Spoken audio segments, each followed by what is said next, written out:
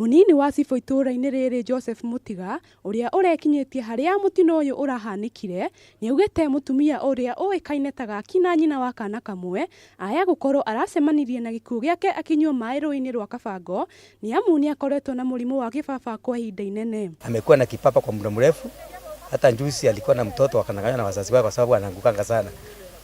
Vile nimepata ripoti kutoka mpaka sasa ni kama saa 6 hivi aliingia kwa migo yao hapo, akavunja mua, alikuwa anakulia hapo juu. Bahati mbaya ile kibaba ikaingia akaanguka kwa maji. Oho Mutiga nĩaugĩte gĩkuũ kĩa Gaki tikĩo kĩa mbere, nĩamu hanakuĩra andũ aingĩ rũũĩ-inĩ rũrũ, kũrĩa ũthuthuria wonanĩtie andũ aya ti kũragwo moragagwo, nĩ ũndũ ũhanĩkaga andũ aya makagwa na gũkuĩra rũũĩ-inĩ rũrũ. Sijui kama ni tamaduni ama ni nini, kwa sababu mpaka sasa huyu ni kama mtu wa 6 ambaye wamekufia katika area. Kuna mwingine na wengine wamekufia katika area. Kwa hiyo ningeomba kama inawezekana traditional iwe ni nini asha inatendeka kwa hiyo mto. Mũingĩ nĩ ũrĩtio kwĩmenyerera ndeto-inĩ ĩgiĩ rũũĩ rũrũ, gũkũ makanitha makĩhoya gũtabania mahoya ma kũnina mĩtino ĩrĩa ĩkoretwo ĩkĩhanĩka mũno makĩria rũũĩ-inĩ rũrũ.